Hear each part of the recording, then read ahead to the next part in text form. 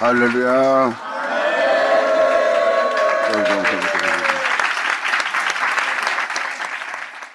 어제에 이어서 말라기 1장 1절에서 11절까지 읽어드린 것을 로마서 11장으로 설명하고 있는 것을 계속 이어서 설명해 나갈게요.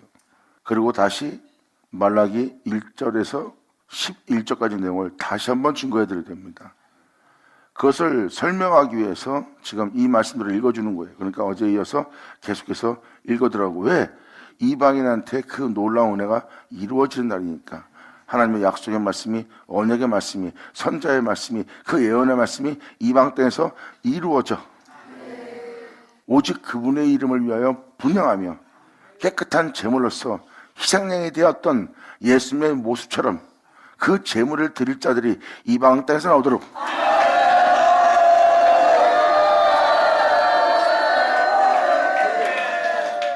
그 은혜로서 하나님께 영광을 돌리며 그 은혜로서 하나님을 영화롭게 할 이방인들이 주를 찾는 날이라. 아멘. 감사합니다. 그러면 어제에 이어서 계속 읽어드리겠습니다. 로마서 11장 6절부터 읽어드릴게요. 어제 시간에 로마서 9절까지 읽어드렸습니다. 이것을 잊어버렸을까봐 다시 간략하게 설명해 드릴게요. 지금도 사도 바울은 이방인이 받을 축복에 대해서 뭐라고 표현합니까? 이 11장 끝날 때쯤 되면은 명확한 것을 깨달을 수 있어요. 유대인 땅에서 하나님 말씀이 이루어지는 역사가 있었던 것처럼 이방 땅에서 하나님 말씀이 이루어진 날을 맞이할 거래요. 그리고 요한계시록 1장은 말 그대로 그 예언의 말씀이 이루어지는 날을 맞이할 거래요. 그러므로 그 예언의 말씀을 듣고 지키는 자가 복받는 날을 맞이할 거래요.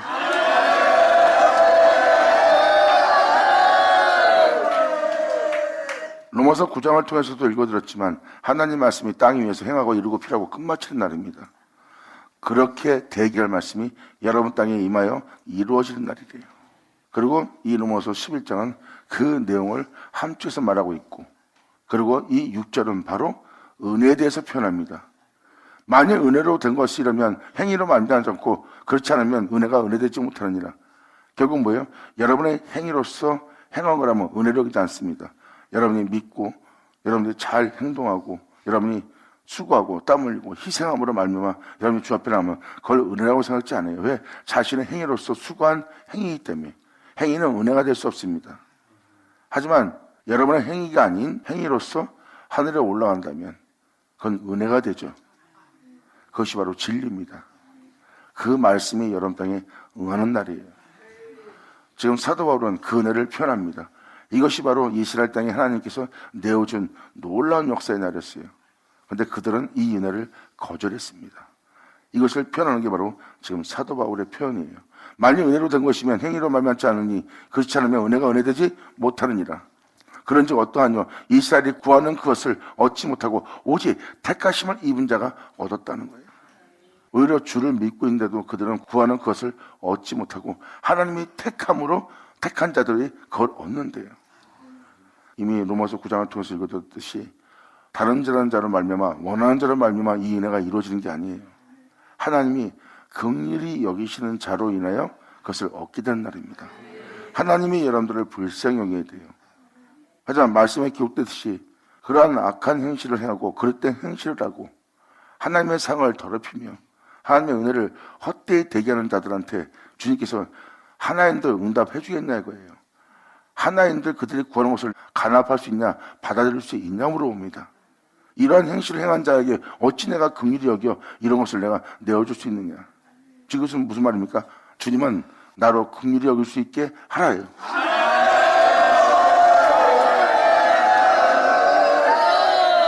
2000년 예수님 앞에 주님한테 와서 나를 불쌍히 여겨서 다윗의 자손으로 오시는 이여 이 영혼을 불쌍히 여겨서 하고 긍휼을 바랬어요. 그 긍휼을 바른 자는 예수님의 택함을 받습니다. 그리고 또 복음서의 다른 서신에도 뭐라고 써 있습니까? 당신이 원하오시면 우리가 낫겠나이다.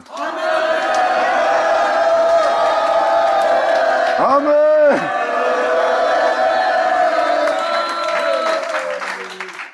이 택하심에 따라 되는 놀라운 은혜를 사도 바울은 경험했어요. 하나님은 사도 바울을 택했습니다. 그리고 그 은혜를 얻을 수 있도록 그를 긍휼히 여겼어요. 이것이 바로 하나님의 은혜입니다. 그래서 로마서 9장 야곱에 대한 은혜를 읽어드린 것처럼 그 은혜는 사람들의 행위로 말미암지 않고 택하심에 따라서 그들이 세워지는 겁니다. 그때 하나님께 부름받고 부름받은 자가 하나님 앞에 서게 되는 거예요. 이것이 바로 주를 믿고 주를 믿는 자가 여전히 죄 가운데 있고 죄가 있는 자가 하나님의 자비 속에 잉태돼요. 결국은 하나님의 택하심에 따라 그 부르심에 그분 앞에 온전히 서게 하렴이라는 아버지의 야곱의 은혜가 이루어지는 날.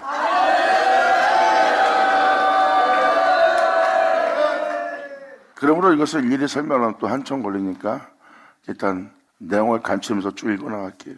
왜냐하면 이방 땅에서 그런 은혜가 이루어질 것을 또 알게 하고, 또한 여러분들은 버림받은 것처럼 보이는 이스라엘 백성들이 버림받은 것이 아니라 다시 그 은혜가 회복된다는 것을 알게 하기 위해서, 그리고 야곱의 은혜가 사실이라는 것을, 그것도 이방 땅에서 선자의 말씀이 야곱의 은혜가 이루어진다는 것이 사실이라는 것을 알려주기 위해서, 또 말라기의 서신을 정확히 여러분한테 헤아리고 알 수 있도록 로마서 11장을 읽어드리는 겁니다. 그런 내용을 간추려서 설명해야 되기 때문에 일일이 다 이걸 설명하기는 굉장히 벅차요.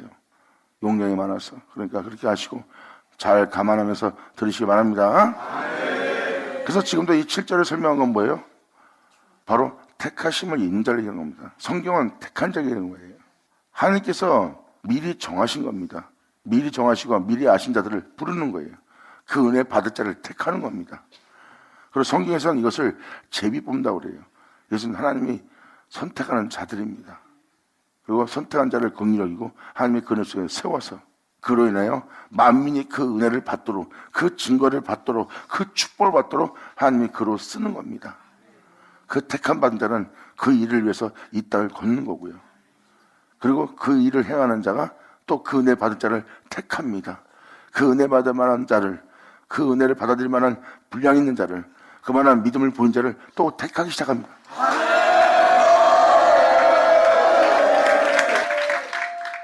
그러므로 이 놀라운 축복이 있음을 로마서 11장을 통해서 설명합니다. 그런즉 어떠하뇨? 이스라엘이 구하는 그것을 얻지 못하고 오직 택하심을 입은 자가 얻었고 그 남은 자들은 완악해졌대요. 이 남은 자는 축복을 받기 위해서 남은 자가 아니라 완악함으로 남은 자예요. 2000년 전에 있으면 생명을 전하러 왔어요. 어둠에서 빛으로 옮겨지도록, 사망에서 생명을 옮겨지도록, 그 영혼들이 소생될 수 있도록, 그 영혼들이 살 수 있도록, 그 영혼들의 무덤에서 나와 거룩한 성에 들어갈 수 있도록 예수님은 그 생명을 전했습니다. 그런데 그들은 그 생명 앞에 완악해진 자예요. 그러므로 그들은 완악함으로 남은 자가 되었고, 또 성경에서는 그 은혜 받은 자를 이스라엘 중에 남은 자라고 표현합니다. 그들은 하나님의 은혜 속에서 그 은혜의 열매를 맺기 위해서 이 땅에 남아있는 상태를 얘기하는 거예요. 완악한 자로 남느냐 아니면 빛으로 남아있느냐, 바로 여기서 남는다는 말이 바로 그 내용들입니다. 그러므로 그들은 완악해졌대요. 기록된 바 하나님이 오늘날까지 저희에게 혼미한 심령과 보지 못할 눈과 듣지 못할 귀를 주셨다 한 것 같으니라. 이들은 보고도 보지 못했고 들어도 듣지 못할, 그리고 심령 속에서 일어날, 내면 속에 일어날 마음을 헤아릴 그 마음이 없어요. 이것이 바로 혼미한 심령 상태입니다. 마음으로 대하고 마음으로 읽어야 될 것을 마음으로 읽지 못합니다. 왜? 마음이 혼미하기 때문에. 여러분 마음에, 사람의 마음을 헤아릴 수 있다는 것은, 하나님의 마음을 헤아릴 수 있다는 것은 하나님께서 축복한 상태입니다. 근데 상대방한테 배려하지 못하고 마구잡이로 행동하는 사람들은 뭐예요? 혼미한 심령이 있는 상태예요. 하나님의 마음이 이 땅을 걸리고 있는데, 하나님의 사랑이 걷고 있는데 그걸 못 알아보는 겁니다. 혼미한 마음 때문에. 그럼 눈으로 보긴 보아도 진정한 아름다움과 진정한 참됨의 진실의 모습을 못 알아봅니다. 그리고 어둠에서 빛으로 생명 속에 살게 할 그 은혜를 증거하는데 들을 귀가 없는 거예요. 이게 바로 완악한 영혼의 상태입니다. 이것을 지금 표현한 것은 바로 무엇입니까? 기록된 바입니다. 이 8절의 내용은 바로 여러분의 영상태를 얘기하는 겁니다. 기록된 바, 오늘날까지라는 표현은 뭐예요? 저들이 아직도 그 예언의 말씀을, 그리고 예수를 알지 못하는 것은 그들이 바로 이 상태에 머물고 있는 거예요. 왜? 완악하기 때문에. 2000년 내 주여 나를 불쌍해서 하고 외치며 나오는 자들은 완악한 상태가 아니에요. 그래서 창기가 먼저 천국에 들어가는 거예요. 자신이 의롭다는 자는 천국에 못 들어가고 완악하여져서 남는 자가 되는데 오히려 죄가 있어 회개한 자는 천국에 들어가네요. 바로 이 차이예요. 하나님 앞에 모든 자가 겸손하고 하나님 앞에 자비를 구해야 됩니다. 그런데 하나님 앞에 의롭다고 고개를 뻣뻣이 들고 있다면 강박하고 폐역한 자예요. 하나님에 대한 경외감도 없고 두려움도 없는 자입니다. 그런 자들이 바로 완악하고 강박한 백성이요, 아버지의 거룩한 말씀에, 생명의 말씀에 목이 굳은 백성이라 해요. 꺾을 줄 모르는 목이 굳은 백성, 이들이 완악하여 남자입니다. 그래서 이러한 자들은 계속해서 거기서 머물고 있는 거예요. 이게 바로 하나님이 혼미한 심령과 보지 못할 눈과 듣지 못할 귀를 주신 상태입니다. 이것은 보긴 봐도 보지 못하고 듣기도 듣지 못하는 상태가 있다는 거예요. 말 그대로 하나님이 그렇게 되게 했으면 우리가 어떻게 보고 들을 수 있어요? 그러니까 보고 듣고자 한다면 하나님께 긍휼히 기도하려 하겠죠?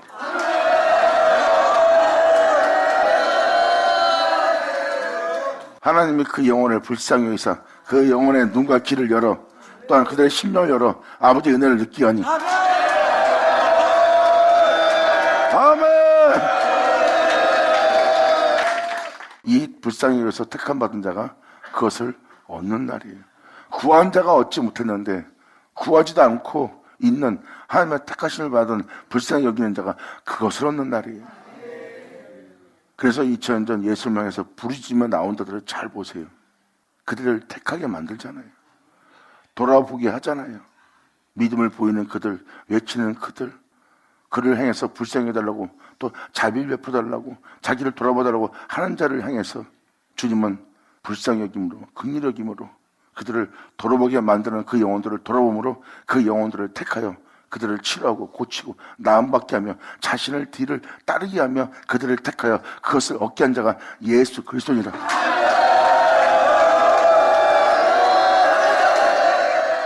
지금 사도 바울은 긍휼히 여기시는 은혜가 뭔지를, 택함받는 은혜가 무엇인지를 지금 설명하는 게 8절까지입니다.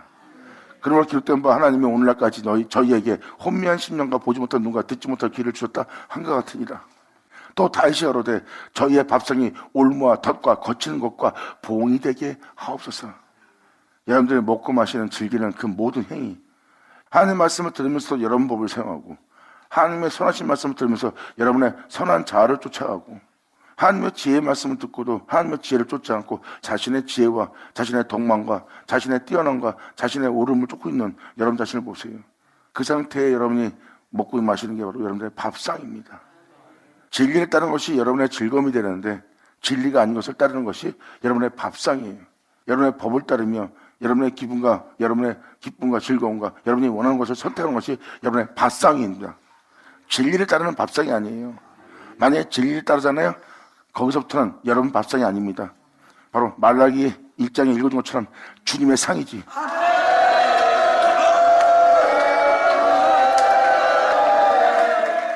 여기서 밥상이라는 표현은 여러분들이 지금도 뭐 돈을 벌든 땀을 흘리든 수고를 하든 공부를 하든 또한 희생을 하든 여러분이 목회를 하든 성도생활을 하든 즐거워하는 게 있어요.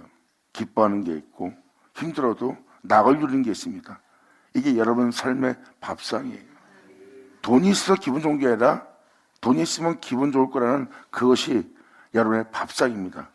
그래서 그 기쁨을 먹으려고 그 흡족함을 먹으려고 하는 게 밥상이에요. 근데 그게 올무와 덫이 되는 겁니다. 그것이 여러분들의 음부에 떨어질 썩게 되게 할, 죽게 할, 여러분의 고통에 시달리게 할 올무와 덫이 되게 하는 거예요. 그들이 옳다고 주장을 합니다. 다윗은 선지자예요. 선자는 하나님의 말씀을 전합니다. 그 말씀에 그들이 말씀대로 행하지 않는 자들이고 말씀을 전하는 그 말씀을 따라서 행하라고 그 말씀을 전하는 자 앞에 핍박하고 박해하는 그들의 행동을 보면 그게 바로 그들의 밥상입니다. 자신들이 옳다고 생각하는 그 밥상이 결국은 선자를 핍박하고 박해하고 내어 쫓아냅니다. 그런 걸 보고 저희의 밥상이 올무와 덫이 되게 하시고 거치는 것이 되게 하시고 보응되게 하옵소서. 자신이 한 일로 자신이 거치는 거예요. 자신이 한 일로 자신의 영혼을 좀먹게 만들고 결국은 2000년 예수 앞에서 그들 영혼들 보세요. 스스로 자멸하고 있잖아요. 스스로 자신을 해하고 있는 거예요. 예수님 앞에서. 그게 바로 그들의 보응입니다. 스스로가 지옥 갔을 본인이 했기 때문에 지옥 가면 자신들의 유구먼이 될 겁니다. 왜? 스스로 자신이 자신을 저주하여 자신이 지옥 가도록 자신이 자신을 벌한 꼴이 된 거니까 더러면 내버려 두는 상태입니다. 하나님이 보응할 필요 없어요. 그게 이미 보응받은 상태입니다. 하지만 여기서 말하는 택하심은 하나님의 은혜입니다. 아멘! 할렐루야! 그러므로 주님의 은혜 따라 행치 않는 자들은 에서의 모습은 여기에 자신의 행실로서 인하여 다 거기서 올무와 덫과 거치는 것과 보응이 되는 자리가 될 겁니다. 이게 하나님의 미워하는 자들의 모습이에요. 그러므로 10절로 저희 눈은 흐려 보지 못하고 저희 등은 항상 굽게 하옵소서. 그래서 저들은 보지 못하기 때문에 그들은 떳떳이 곳곳이 서서 못 갑니다. 겉모습은 고개를 떳떳이 들고 허리를 펴고 아주 경건하게 바른 삶을 사는 것처럼 보이지만 실질적으로 그들에게 생명의 말씀, 진리의 말씀, 빛 가운데 행하라고 딱 보세요. 그럼 거기서 바로 등이 굽어질 겁니다. 그것은 바로 뭐예요? 세상에서 고개 들고 허리를 펴고 사는 사람들 거의 다 위선적이고 가증합니다. 자기에게 뭐가 떳떳한 모습이 있으니까 고개 들고 어깨를 펴고 떳떳하게 사는 거예요. 하지만 하나님 말씀 앞에 떳떳하게 서라고 하면 못 씁니다. 등이 저절로 굽어질 거예요. 왜? 자신이 그 진실한 자가 아니니까. 진실한 자는 움츠리지 않습니다. 회개하는 자는 움츠리지 않아요. 항상 하나님 앞에 나아가려고 하죠. 잘못을 시인하고 잘못을 회개하고 하나님 앞에 나아가는 거예요. 내가 세상에서 나의 잘못을 해결할 수 있는 건 없습니다. 주님만이 그것을 치료하시고 고치시고 죄를 사하시고 온전케 하시고 또 세워줄 분은 하나님이기 때문에 나한테는 어떠한 해결책이 없어요. 주 앞에 나가는 거예요. 그리고 주님의 뜻 안에서 행하는 자는 담대합니다. 두려움 없이 행하게 되는 거예요. 이것이 등이 굽어지 않는 자들의 모습이에요. 저희 눈은 흐려 보지 못하게 하고 저희 등은 항상 굳게 없어서 이것이 바로 완악함에 따라서 이것이 계속 세워져 있는 겁니다. 이것은 하나님이 긍휼히 여기셔야 돼요. 이러한 영상태에 있는 자들이기 때문에 하나님이 긍휼히 여기지만 그들은 들을 수 있고 볼 수 있고 그들의 심령이 그 은혜를 헤아릴 수 있는 자가 될 수 있는 거예요. 이것은 하나님이 불쌍히 여기셔야 됩니다. 여러분 한 사람 한 사람이 그 택함을 받는 자가 되기를 간절히 바랍니다.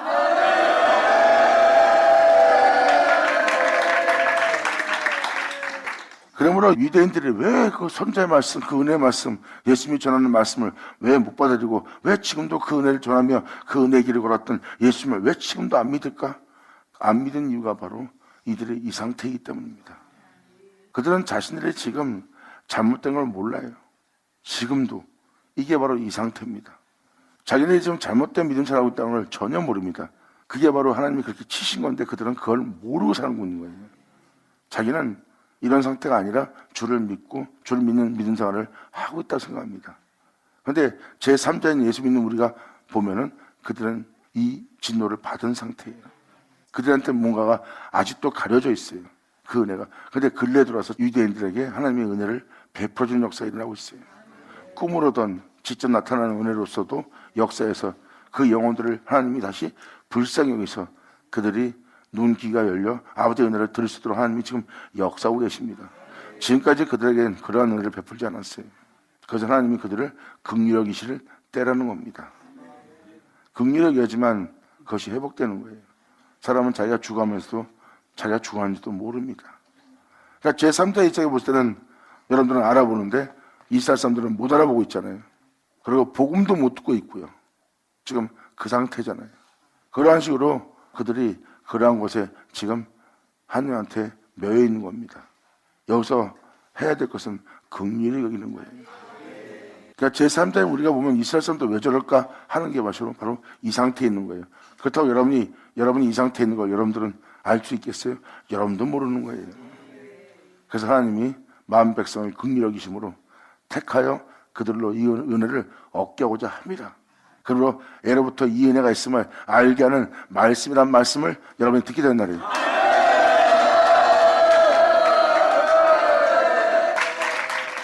다음 절에 이에 대해서 설명을 자세히 해줄 겁니다.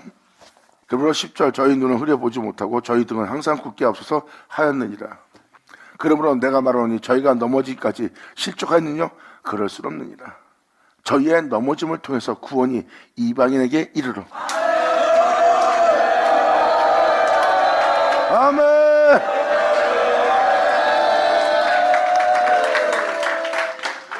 하나님의 구원이 이방인한테 이른대요. 바로 이루어질 은혜, 예언의 말씀이 이루어지는 축복의 메시지를 표현하는 거예요. 내가 말하니 저희가 넘어지기까지 실족하느냐? 그럴 수 없느니라. 저희의 넘어짐으로 구원이 이방인에게 이르러 이스라엘로 시기나게 하려 합니다. 하나님의 말씀의 이루어짐이, 온전한 은혜가 이루어짐이 이방 땅에 이르는 날이에요. 바로 로마서 9장을 통해서 얘기했잖아요. 이스라엘 사람들은 양자됨과 영광과 또한 하나님의 영원한 생명과 하나님의 법이 있어요. 그리고 그들은 그 은혜를 받을 언약이 있고요, 약속이 있는 자입니다. 근데 그들은 그것을 받아야 되는데 그것이 이방인으로 옮겨지는 걸 표현하는 거예요. 하나님의 자녀가 될 양자됨이 있고 언약이 있고 영광이 있습니다. 근데 그 은혜가 그들의 완악함으로 인하여, 그들의 강박함으로 인하여 그 구원이 이방 땅에 이르는 거예요. 말라기 1장 이사역자가 설명하고자 하는 게 바로 그거예요. 이방 땅에 선자의 말씀이 이루어지는, 언약이 이루어지는 그 야곱의 은혜가 어떤지를 설명하고자 지금 이 내용을 읽기 시작하는 겁니다. 이것이 막연한 것이 아니라 우리가 종교적인 삶을 살다가 죽는 것이 아니라 바로 예언의 말씀이 이루어지는 놀라운 역사가 있음을 지금 이 말씀을 통해서 명확히 표현해 주는 거예요. 그래서 말라기 1장에서 표현하는 그 은혜가 사실한 것을, 참이란 것을 사도 바울 서신을 통해서 알게 해주는 거예요. 그래서 지금 사도 바울은 로마서 11장으로 그 은혜를 표현합니다. 저희의 넘어짐으로 인하여 구원이 이방인에게 이르러 이스라엘로 시기나게 하려 함이니라. 저희의 넘어짐이 세상의 부염이 되느니라. 저희의 실패가 이방인의 부염이 되거늘 하며 저희의 충만함이라. 아멘.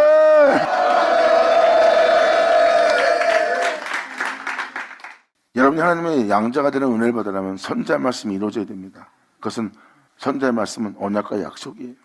그러한 은혜가 이방 땅에서 이루어질 것을 성경은 표현하고 있어요. 그것도 야곱이라는 축복받은 자가 이방 땅에서 나온다는 거. 그래서 이방인한테 이 은혜가 이루어질 것이 약속의 말씀이요 언약의 말씀인 것을 알게 하기 위해서 지금 로마서 11장을 읽어드리는 겁니다. 그 은혜를 원래 받을 자가, 선자의 말씀에 이루어짐을 받을 자가 유대인들입니다. 그런데 그것이 이방 땅으로 넘어간 거예요. 사도 바울은 그 은혜를 알고 그 은혜를 전한 자가 된 거예요. 왜? 자신이 전하고 있는 은혜는 형제가 받아야 될 은혜예요. 그런데 형제가 완악함으로 이방 땅으로 그 은혜가 넘어간 것을 전하면서 속타하는 게 바로 사도 바울입니다. 그리고 저희의 넘어짐이, 그 은혜에 믿음 보이지 않고 그 은혜의 넘어짐이 세상의 부염이 되느니라. 저들이 여기서 은혜 받으면 세상이 그 은혜를 받아요, 못 받아요? 못 받아요. 저희의 넘어짐이 바로 세상의 부염이 된다. 아멘. 그러므로 이 12절에서 표현한 표현을 보세요. 저희의 넘어짐이 세상의 부염이 된다. 그럼 이 부염은 돈이 아니에요. 재물이 아닙니다. 하늘로부터 오는 부유함이에요. 사도 바울은 상상할 수 없는 부유한 자였어요. 근데 세상 사람들은 그의 가난함을 봅니다. 또 모든 걸 나눠줄 모든 것을 소유한 자인데 사도 바울은 아무것도 줄 수 없는 자로 보입니다. 왜? 영적인 세계이기 때문에. 사람들의 현실은 바로 눈에 보이는 거고, 눈에 보이는 부유함이고, 그것은 돈, 명예, 권세의 모든 재물이에요. 그게 바로 눈에 보이는 세계의 부유함입니다. 그런데 사도 바울은 그것이 부유하다고 보는 그들의 눈에는 가난한 자로 보입니다. 그들의 보는 눈에는 아무것도 지니지 않은 자로 보입니다. 그런데 영어를 보면 그는 부유한 자요 아무것도 없는 자 같으나 모든 것을 나눌 수 있는 존재란 말이 영어로서 이루어진 겁니다. 그러니까 가난한 자로 보이나 부유한 자고 아무것도 줄 수 없는 자나 모든 걸 줄 수 있는 자예요. 근데 그게 영의 실체예요. 그게 하늘나라의 부유함이요 하늘나라의 축복입니다. 여기서 표현한 것은 바로 그 부유함을 얘기하는 거예요. 근데 사람들은 그 부유함이 부유함으로 안 보입니다. 그래서 사도 바울은 그 가난함을 받고 오히려 하늘의 부유함을 얻은 자예요. 그래서 그는 하나님을 알고 그 은혜 속에서 그 누림을 받으며 그 은혜의 부유함 속에서 그 부유함을 즐기고 있고, 그리고 사람들한테 그것을 다 나눌 수 있는 은혜를 지닌 자예요. 이 부유함은 바로 세상 부유함이 아닙니다. 그들이 넘어진다고 세상이 왜 부유해져요? 선자의 말씀은 빛이고 그 빛 안에 생명이 있고 그 생명은 그리스도입니다.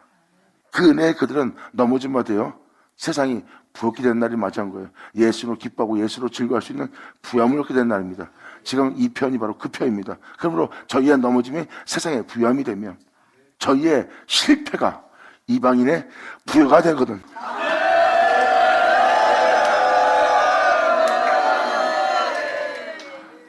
저들의 그릇 때문에 여러분들은 저러지 말아야겠다, 저들은 믿지 않는 바람에 여러분들은 믿어야겠다 하고 여러분들이 은혜를 받는 게 있거든요. 결국은 이스라엘의 허물을 보고 여러분들로 그란 속에서 죽지 말라고 주님이 거울 삼아둔 거예요. 그래서 저들의 실패가 이방인의 부유함이 되는 거예요. 그래서 예수로 충만한 자들이 무지장 많이 나왔어요. 그들 때문에 이방 땅에서 예수로 충만한 자가 많이 나오잖아요. 예수로 부여진 자가 많이 나오고, 이게 바로 그 은혜가 이방 땅에 넘어간 축복입니다. 그래서 여기서 또 한편으로 이렇게 표현합니다. 그러므로 저들의 넘어짐과 저들의 실패가 세상의 부유함과 이방인의 부유함이 되거늘 하물며 저희가 이 은혜를 영접한다면 얼마나 충만하겠느냐. 아멘. 이방 땅에 이루어질 은혜가 언약과 약속이고 양지됨과 하나님의 영광인 것을 알게 하기 위해서 계속 읽어나갈게요. 그래야 여러분들이 이것이 바로 약속이고 언약이고 이것이 이방 땅에 이루어질 축복이구나. 선자의 말씀이 그냥 이야기로 끝난 것이 아니라 그 예언의 말씀이 진짜 이방 땅에서 이루어지는구나 하는 걸 여러분한테 알게 하기 위해서예요. 사도 바울은 지금 이것을 설명하고 있습니다. 이 11장으로. 그러므로 계속 이어서 말씀드립니다. 13절, 내가 이방인인 너에게 말하노라. 내가 이방인의 사도인 만큼 내 직분을 영광스럽게 여기노니. 이방인의 사도의 직분을 굉장히 영광스럽게 생각합니다. 유대인 땅에 하나님 아들 예수님이 보내받은 것처럼 이방 땅에 하나님께 보내받은 사도 바울이에요. 예수님 보내받듯이 보내받는 자의 모습이에요. 굉장히 영광스러운 직분입니다. 이는 내 골육을 아무쪼록 희귀케 하여 저희 중에서 얼마를 구원하게 하려 함이라. 너희는 선자의 말씀, 이루어지게 할 은혜의 말씀에 믿음 보이지 않았으나 이들은 믿음 보여서 이방인들도 하늘나라의 축복과 하늘나라의 부함을 얻은 자다 하고 보게 한다는 거예요. 저들이 예수님으로 그 은혜 속에서 충만한 자가 되었어요. 근데 정작 본 백성은 충만하지 않습니다. 그들의 은혜를 보고 저희로 시기 나게 하려 함이라. 이것은 사도 바울이 그 은혜를 전하고 있다는 겁니다. 그러면 얼마를 구원하여 함이라. 저희를 버리는 것이 세상이 화목이 되거늘 그 받아들이는 것이 죽은 자 가운데서 사는 것이 아니면 무엇 이리요. 저희를 버리는 것이 세상의 화목이 되는 거예요. 그래야 세상 사람들이 그 구원을 받을 수 있고 하나님과 화목될 수 있습니다. 그러므로 그 받아들이는 것이 죽은 자 가운데서 사는 것이 아니면 무엇이리요. 그 영원한 생명을 저들은 받아들이지 않았고 그 영원한 생명 앞에 그들은 넘어진 자가 되었고 그 영원한 생명 속에서 살아야 될 그들은 그 영원한 생명 앞에서 살지 못할 실패자가 되었어요. 이것이 바로 하나님의 양지됨과 언약과 영광과 약속입니다. 그런데 이스라엘 사람들은 그 은혜에 넘어진 자가 되었고 그 은혜에 실패자가 되었어요. 그런데 이방인이 그 생명을 받아들이게 됩니다. 그러므로 이 은혜를 받아들이지 않고 이 은혜에 넘어진 저들을 버린 것이 세상에 한몫이 된다는 거예요. 저들이 주님한테 실패한 것이 되었기 때문에 하나님이 이제 이방 땅에서 그 일을 행하려고 그러는 거예요. 하나님과 한몫이 되는 걸 얘기하는 겁니다. 하나님은 이스라엘 본백성한테만 일했어요. 이 이스라엘 본백성 외에 다른 곳에 역사하지 않았습니다. 물론 하나님이 그들에게 선물을 주며 다른 거지만 그 은혜를 이루어지게 할 장소는 유대인들 뿐이었어요. 왜? 그 애원이 있는 곳이 바로 유대인 땅이니까요. 이방인한테는 그 애원이 없습니다. 왜? 그들은 그 두루마기를 갖고 있는 자가 아니니까. 하나님을 믿는 이스라엘이 아니기 때문에. 근데 이스라엘에게는 이루어지게 할 하나님의 언약과 약속이 있어요. 왜? 예언의 말씀이니까. 근데 그 은혜가 그들한테 실패가 되고 그 은혜가 그들한테 이루어지지 못한 거예요. 그러므로 하나님의 예언은 이루어져야 되기 때문에 그들이 받아들이지 않기 때문에 그것을 받아들이게 할 이방인한테 그것을 하나님이 넘겨주는 거예요. 그래서 저희를 버리는 것이 세상에 하나님과의 화목이 되거든.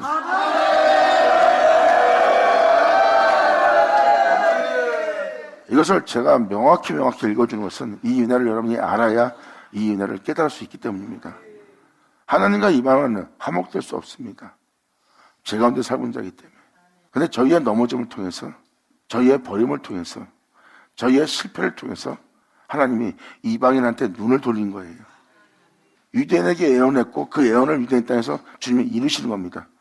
근데 이제는 그 예언을 이루어지도록 이제 이스라엘 사람들이 유대인들이 받아들이지 않기 때문에 이방인들이 그것을 받아들여 그 예언의 말씀이 이루어지게 하려고 하나님이 그들에게 눈을 돌린 날이에요. 그러므로 그 은혜를 받아들이지 않은 저희를 버린 것이 세상에 한몫이 되거늘 그 받아들이는 것이 죽은 자한테 사는 것이 아니면 무엇이리요. 그러므로 심적으로 표현합니다. 제사는 처음 익은 곡식가루가 거룩한 즉 떡덩이도 그러하고 뿌리도 거룩한 즉 가지도 그러하니라. 예수 그리스도. 할렐루야. 제사는 처음 익은 곡식 예수 그리스도입니다. 그리고 처음 익은 곡식가루가 거룩한 즉 그 말씀이 육신이 된 떡덩이도 그러하고 그럼 만백성을 그 은혜 속에서 살게 할 뿌리가 거룩한 즉 그 은혜로 부활될 그 은혜로 새롭게 될 너희도 그러하리라.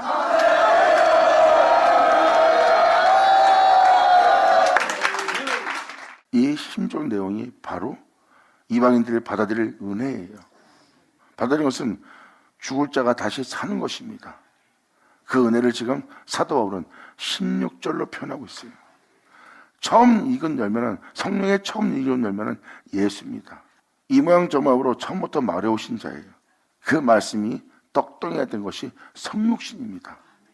그리고 성육시된 예수님은 모든 영혼의 구원의 뿌리가 되신 분이에요. 여러분들은 그 구원을 통하여 접붙임 받을 가져야 되는 날이고. 할렐루야. 받으자 받을 쳐다. 지금 사도 바울은 무엇을 표현하고 있습니까? 여러분들의 낮은 몸이 주 예수의 영광의 몸처럼 변화되는 거예요. 예수님이 없으면 여러분은 예수님처럼 변할 수 있어요? 예수님 믿기에 여러분들은 예수님처럼 변화되는 거예요. 여러분들은 예수님처럼 변하게 할 예수님은 뿌리고 여러분들은 예수님처럼 변하게 될 가지예요.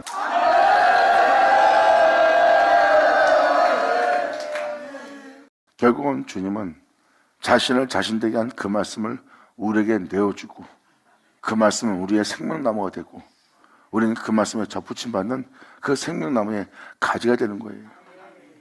이것은 바로 무엇입니까? 우리가 예수로 인하여 부활되고 예수로 인하여 거룩해지고 예수로 인하여 살게 된다는 거예요. 그러니까 우리는 예수님과 하나 될 은혜가 있다는 것을 성경은 명확히 표현합니다. 이방인들이 바로 주 예수와 하나 되게 할 은혜가 있음을 표현하는 거예요. 결국 나 예수 믿습니다 해서 무조건 가져야 되는 것이 아니에요. 지금 이 표현은 바로 무엇입니까? 뿌리가 거룩한 줄 가지도 그런다는 것은 바로 여러분들을 주님께서 자신을 통해서 여러분을 있게 한다는 거예요. 지금 이 내용을 여러분한테 좀 자세히 설명하는 것은 예수님이 유대인으로 태어났어요. 바로 썩고 죽을 수밖에 없는 몸의 종의 형체, 육체로 태어났어요. 근데 영원하신 하나님은 바로 본체입니다. 예수님은 그 하나님의 가지가 된 날이에요. 하나님이 거룩한 적 그 아들도 거룩했어요. 바로 그 가지가 거룩할수록 그 뿌리가 거룩한 적 그 가지도 거룩해진 거예요.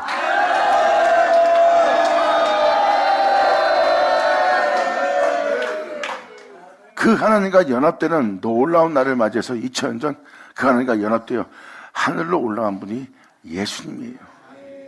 근데 유대인들은 그 날을 온전히 받지를 못했습니다.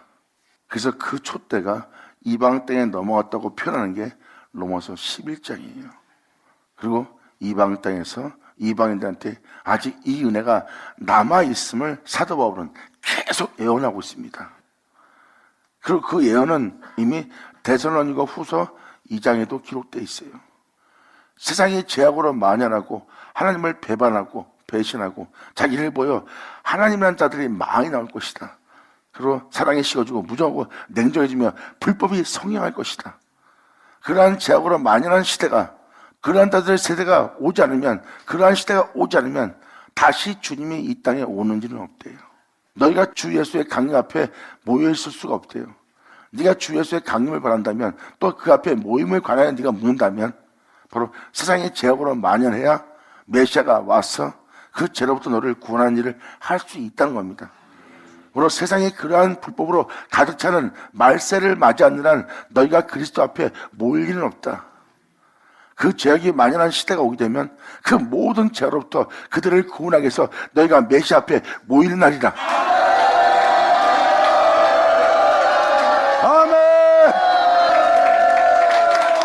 아멘. 예수 나오죠. 사도 바울은 데살로니가후서 2장에 그것을 명확히 기록해놨어요. 이것이 바로 진리로서만이 구원받는 날이에요. 그때가 여러분들을 죄악에서 구원할 메시아 앞에 모일 때입니다.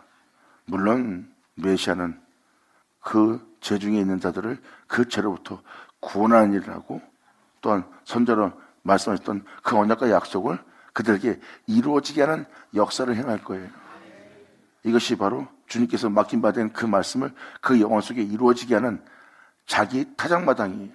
결국은 한 영혼 한 영혼에게 그 말씀을 이루어지게 할 때 그들은 그 죄로부터 구원받을 뿐만 아니라 그 말씀이 이루어질 때 그들이 정한 자가 되는 겁니다. 성령과 불로서 역사는 역사로서 역사할 거래요. 이게 메시아가 여러분한테 행할 역사고, 너희가 그 앞에 모이게 되면 그 역사로서 역사할 역사가 바로 메시아의 역사래요. 그러므로 그의 역사를 통해서 그가 메시아인 줄 너희가 알지어다요. 그러므로 유대인 땅에서 하나님과 하나 되는 하나님의 말씀이 이루어진 날을 맞이했어요. 하나님은 아브라함한테 말씀하십니다. 난 너의 지극히 큰 상급이다. 그리고 그들은 그 믿음의 후손이에요. 하나님을 상급받을 자들입니다. 그런데 예수님은 그 하나님과 하나됨으로 이 땅에 나타났어요. 하나님이 거룩한 줄 예수님도 거룩했어요. 하나님도 영원한 줄 예수님도 영원했고요. 이것은 바로 뭐예요? 예수님과 하나님은 하나예요. 그와 마찬가지로 너희도 나와 하나 되게 하려 함이라요. 그럼 말로 막연하게 주님과 하나입니다. 하나님은, 예수님은 우리의 뿌리고 우리는 그분의 가지입니다. 근데 말고 행동을 보면 하나가 아니라 따로 놀잖아. 제 가운데 여전히 살고 있고. 그러니까 그냥 의문에 속한 믿음 생활만 하는 거예요. 성경은 그렇게 하는 게 아닙니다. 하나님과 예수님이 하나 된 것처럼 예수님과 여러분들도 하나 되게 하는 날이에요. 예수님과 하나 되면 예수님이 그러한 적, 여러분도 그러한 자가 되어야 됩니다. 2000년도 하나님이 거룩한 적 예수님도 거룩했고, 하나님이 영원한 적 예수님도 영원했어요. 그리고 하나님이 영원한 적 예수님도 영원했고요. 이렇게 하나가 되는 날입니다. 사도 바울은 이방 땅에서 이러한 하나 되게 하는 이 놀라운 은혜가 있을 거래요. 그러므로 바로 그 은혜를 받지 않는 원가지를 자르고 이방인에게 접붙인 날이라는 것을 이 11장이 계속 설명합니다. 이 설명에 대해서는 다음 시간에 계속해서 이어서 설명할게요. 그러므로 이 10절 마지막으로 설명하는 것은 바로 무엇입니까? 바로 우리를 주 예수와 하나 되게 한다는 거예요. 제사는 처음 익은 곡식가루가 거룩한 적, 떡종이도 그러하고 뿌리가 거룩한 적, 가지도 그러리라. 그러니까 말씀에 의해서 창조될, 말씀에 의해서 지음받을 자예요. 이것을 한마디로 함축하면 이렇게 말씀드릴게요. 태초에 말씀이 계시니라. 그 말씀은 하나님과 함께 계셨고 그 말씀은 곧 하나님이시라. 태초의 말씀이 우리를 창조했어요. 우린 그 태초의 말씀에 의해서 창조받은 자고요. 근데 그 말씀은 하나님이고 그 말씀은 거룩하고 그 말씀은 빛이에요. 그리고 영원한 생명이 있는 말씀이고요. 그분이 하나님이고 그분이 거룩하고 그분이 영원한 생명을 지닌 영원한 생명이시면 우리도 그래야 됩니다.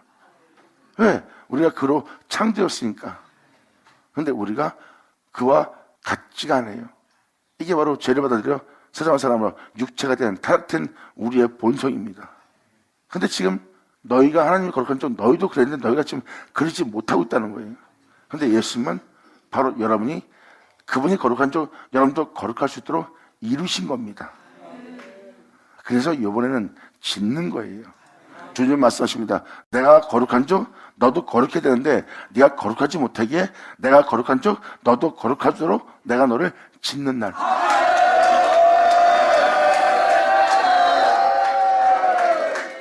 짓는다는 표현은 주님이 자신을 준다는 거예요. 나는 태초에 말씀이신 본체다. 세상에 죄악이 있고 죽음이 있고 끔찍함이 있고 이 세상에 공허와 고통이 있고 흑암이 있고 어둠으로 꽉 찬 세계다. 그리고 소망의 한 줄기 빛도 없는 세계가 바로 이 세계다. 그런데 나는 본체다 하고 나타난 분이 예수님이에요. 그 본체는 이 세상과 상관없이 이 세상에서 해방되고 이 세상으로부터 부활하여 하나님께로 돌아갑니다. 본체는. 그런데 그 본체에 의해서 있는 여러분들은 그러지 못한 거예요. 그래서 그 본체가 여러분한테 자신을 내어준대요. 자신을 내어주는 자신을 먹으래요. 그럼 너도 그 생명을 지니게 될 것이다. 그러므로 내가 거룩한 적 너도 거룩하게 되리라요. 그 하나님에서 창조된 자가 그 하나님의 살과 피를 먹고 그 하나님을 내어주는 그 하나님을 받아들이는 그 영혼은 그 하나님과 같은 형사라고 그 하나님에 의해서 행할 수 있는 거룩한 자가 될 수 있도록 지음받는 날. 지금 그러한 내용을 표현하는 구절이 이 16절입니다. 그런데 이렇게 설명했는데도 그렇게 이루어진 건 여러분들이 목도하지 못하고 있습니다. 사도 바울은 그 접붙임을 받는 날을 표현하고 있어요. 우리가 거룩한 쪽 가지도 그래야 되느니라. 그러므로 이방인이 이 가지가 될 것을, 이 접붙임 받을 것을 사도 바울은 명확히 표현하고 있어요. 그러면서 이 은혜를 너희가 거슬린다면 이스라엘 사람들도 너희보다 얼마나 더 충만함을 받을 수 있겠느냐. 깨닫게 된다면 너희의 충만함보다 그들의 충만함이 더 클 거래요. 그들이 깨닫지 못해서 그런 거지. 아버지께서 그들을 긍휼히 여긴다면 너희보다 더 충만해질 수 있는 자가 바로 이스라엘 사람들이라고 표현합니다. 그러니까 너희도 자긍하지 말라는 거예요. 자긍하던 너희도 꺾임을 당할까 함이라고 사도 바울은 권면하면서 경고하면서 예수 믿는 여러분한테 깨닫게 해주는 거예요. 그래서 하나님이 거룩한 적 예수님이 거룩했고 예수님이 거룩한 적 우리도 거룩해질 때입니다. 결국은 예수님이 하나님이 있어 있는 자처럼 우리는 예수님이 있어 있는 자가 되게 한다는 게 바로 이 16절이에요. 이방인들이 바로 그 접붙임을 받는 날. 아멘! 할렐루야! 할렐루야! 할렐루야!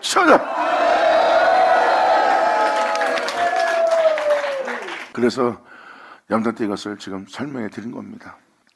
다시 이 16절부터 다시 다음 시간에 설명하기로 하고요. 이것이 바로 이방 땅에서 이루어질 축복입니다. 그래야 말라기를 여러분이 이해할 수 있어요.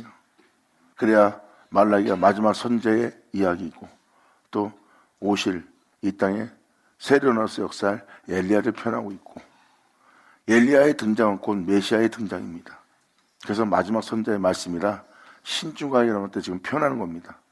그리고 이것이 선자의 말씀은 막연한 것이 아니라 이스라엘의 역사 이야기가 아니라 이방인인 우리가 반드시 알아야 되고 그 예언이 이루어질 때 것을 우리는 이 생에서 느껴야 됩니다.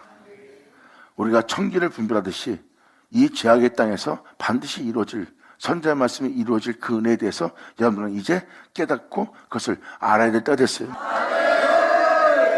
그러므로 천기를 분별하듯이 바로 이 세상에 죄악이 만연해지고 불법이 성행한다면 영적인 것을 여러분들도 분별해야 됩니다. 주님은 이스라엘 백성의 통치자인 지도자한테 엄히 꾸짖었어요. 천기는 분별하면서 어찌 이 시대적으로 죄악이 만연한 이 시대에 죄로부터 구원할 주님에 대한 나를 네가 왜 알지 못하고 분별치 못하냐 이거예요. 영적인 제사장으로서 영적인 종으로서 어째 영적인 일은 하나 모르는 자가 되었냐 이거예요. 오늘날 이방인들이 그런 상황입니다. 그러므로 이 말씀을 그 은혜로서 듣는다면 여러분들은 이제 분별되기 시작할 거예요. 그러므로 이 시대를 영적으로 분별하여 이 시대를 맞이하는 여러분 되기를 예수 이름으로 축복합니다. 감사합니다. 자, 기도하겠습니다. 할렐루야. 아버지 감사합니다. 영광 홀로 받으시옵소서. 이 귀한 시간 허락하시고 역사하심을 감사합니다.